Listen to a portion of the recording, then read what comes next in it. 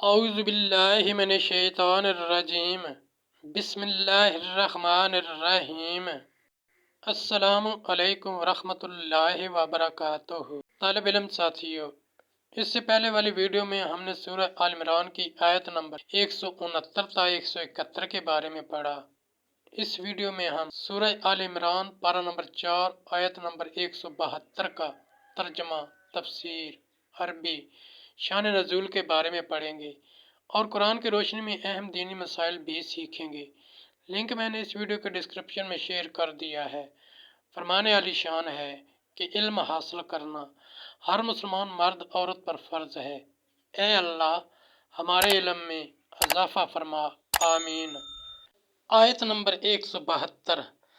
الذین استجابوا للہ والرسول من بعد ما اصابهم الکرح للذین احسنوا منہم واتقوا اجر عظیم۔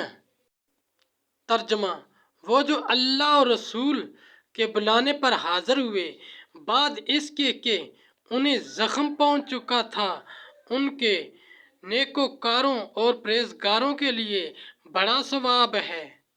تفسیر اور شان نزول۔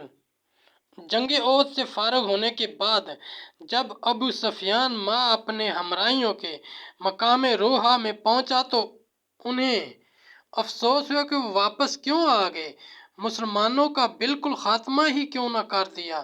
یہ خیال کر کے انہوں نے پھر واپس ہونے کا ارادہ کیا۔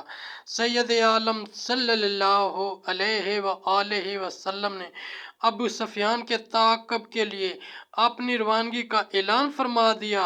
صحابہ کی ایک جماعت جن کی تعداد 70 تھی اور جو جنگ احد کے زخموں سے چور ہو رہے تھے، حضور اکرم صلی اللہ علیہ وآلہ وسلم کے اعلان پر حاضر ہو گئے اور حضور صلی اللہ علیہ وآلہ وسلم اس جماعت کو لے کر ابو سفیان کے تعاقب میں روانہ ہو گئے۔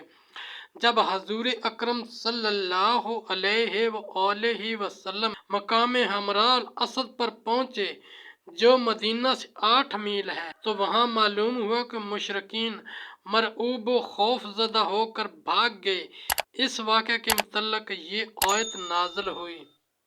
ساتھیو، ہم نے قرآنی تعلیمات کو دنیا کے کونے کونے میں پہنچانا ہے، اس لیے آپ بھی لائک کیجئے، شیئر کیجئے، اپنے دوستوں اور اپنی فیملی کو میرا چینل قرآن ود ایڈیپیڈیا سبسکرائب کرنے کی دعوت دیجئے اور گھنٹی بجانا نہ بھولنا تاکہ اگلی ویڈیو کا نوٹیفیکیشن آپ کو وقت پہ مل سکے۔ اللہ کریم ہم سب کی نیک اور جائز حاجات پوری فرمائے، آمین یا رب العالمین۔